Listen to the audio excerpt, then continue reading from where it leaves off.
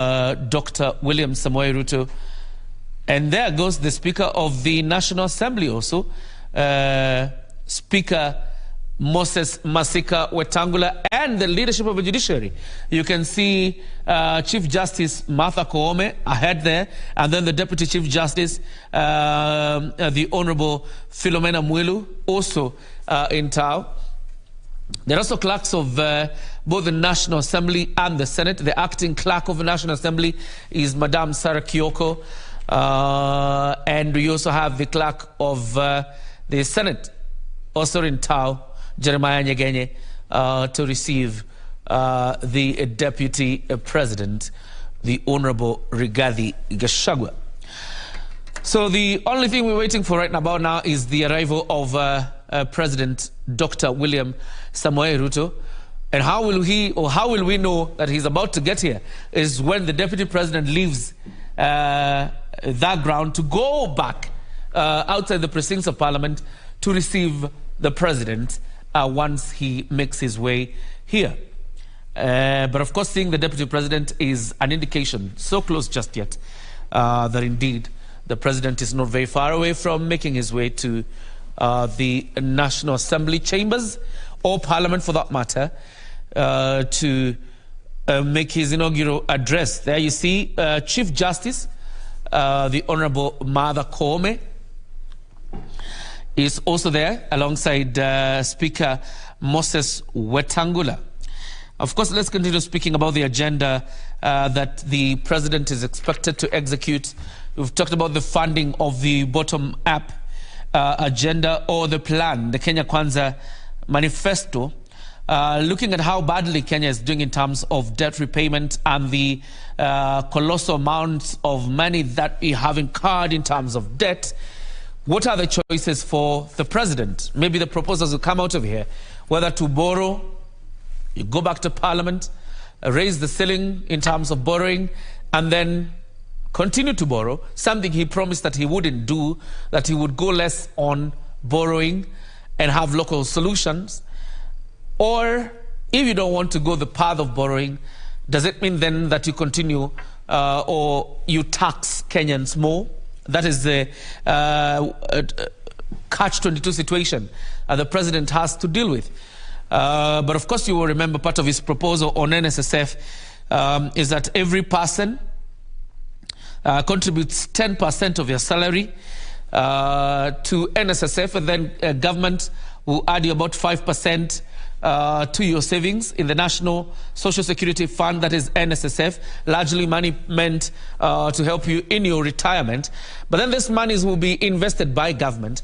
When you retire, you'll be given your colossal amount of money, and then after that, obviously, you can also continue to enjoy your monthly kitty that comes out of this pension scheme. Is that one of the plans where, or what the President intends to use in terms of funding his vision? That's the big question today. And of course, that will be answered here today as he makes his address. To talk about farming also, quite an interesting one. You remember he has released millions of bags to different parts of the country, particularly what you consider the food basket areas of this country. You're looking at Rift Valley, Western, and parts of central Kenya, where this fertilizer has been released to. And farmers have started, getting the 50 kg bags of DAP, CAN to enable farming, particularly even for tea farmers. And he will also talk at large about this program of subsidy.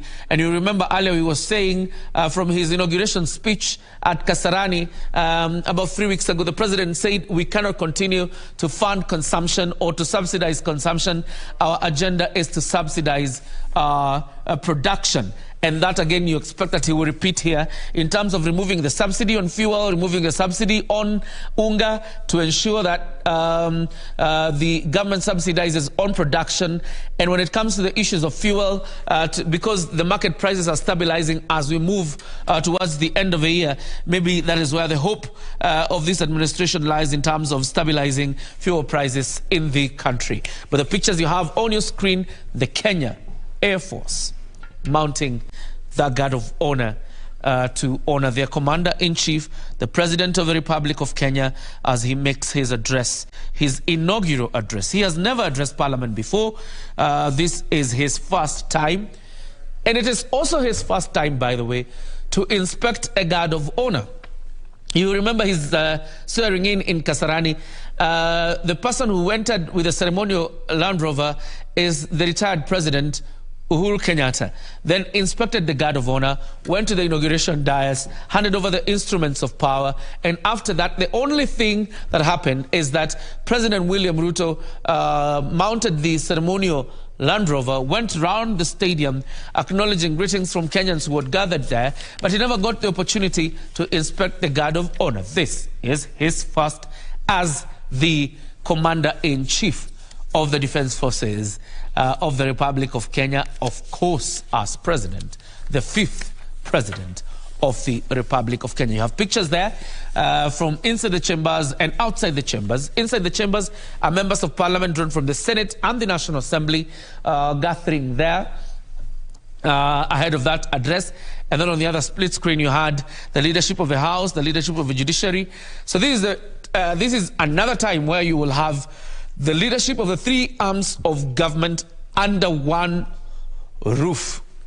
You're talking about the leadership of the executive, obviously led by President William Ruto, the leadership of the judiciary that is led by Honorable Justice or Chief Justice Martha Koome, and then the leadership of Parliament led by Speaker Moses Wetangula and Speaker Amason Jeffer Kingi of the National Assembly and the Senate, respectively.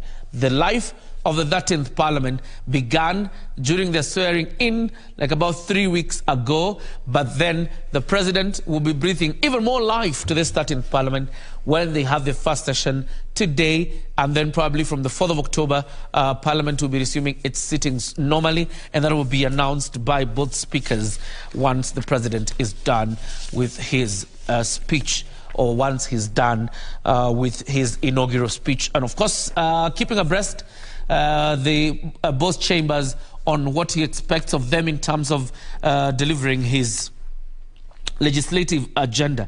You will remember the President had spoken about the whole aspect of lowering the burden of debt on the shoulders of Kenyans, and particularly those ones that have been negatively listed with the Credit Reference Bureau. That means then they cannot be able to borrow or access credit facilities owing to the fact that they have been